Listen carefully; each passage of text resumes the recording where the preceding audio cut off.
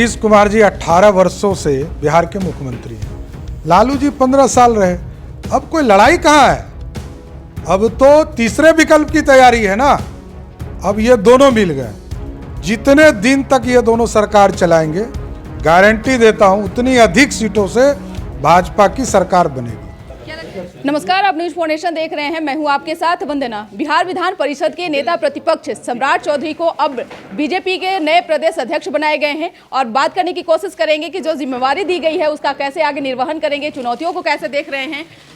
सबसे पहले तो आपको बधाई हो जी, बहुत बहुत धन्यवाद। अब आगे की चुनौती को कैसे देख रहे हैं सम्राट जी?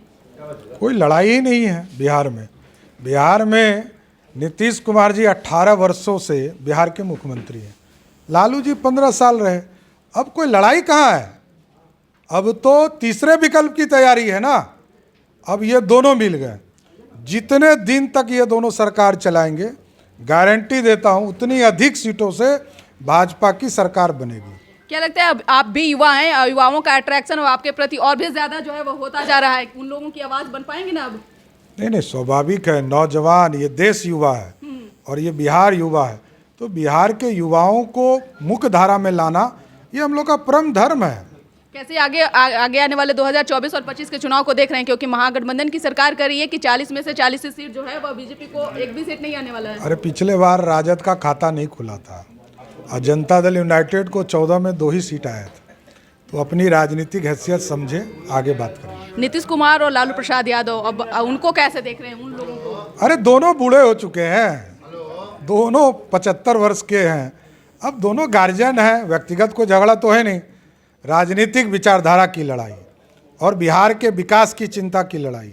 बिहार में विकास हो, हम भाजपा के संगठन के माध्यम से इन दोनों का पोल खोलने का काम करेंगे। निश्चित तौर पे तो आप सुने थे क्या कुछ कहना था सम्राट चौधरी का, जो बीजेपी के नए प्रदेश अध्यक्ष बनाए गए हैं। साफ तौर से इन्होंने कहा कि आगे आने वाले चुनौतियों का सामना जो है वह बखूबी करने वाले हैं। साथ ही साथ इन्होंने नीतीश कुमार और लालू प्रसाद यादव को लेकर भी इन्होंने कहा कि अब वह लोग जो है वह बूढ़े हो चुके हैं। अब उन लोगों में वह बात नहीं रही जो पहले थी।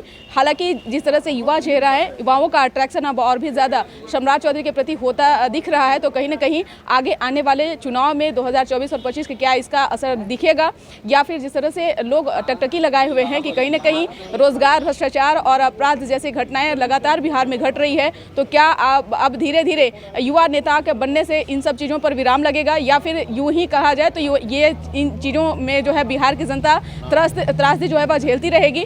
हालांकि जिस तरह से नए प्रदेश अध्यक्ष बनाए गए हैं सम्राट चौधरी, तो जाहिर सी बात है कि जो उम्मीद जनता की है तो कहीं ना कहीं उस पर वह खरे उतरेंगे। साथ ही साथ जो पार्टी की तरफ से जो नई जिम्मेदारियां दी गई है उसका भी वह निर्वहन बखूबी करने का उन्होंने दावा किया है। अब देखने वाली विषय होगी कि आगे सम्राट चौधरी का किस तरह का परफॉर्मेंस रहता है। इस खबर बस इतना ही। बने रहिए न्यूज फाउंडेशन के साथ। तब तक हमारे चैनल को सब्सक्राइब नहीं किए तो कर लीजिए। धन्यवाद।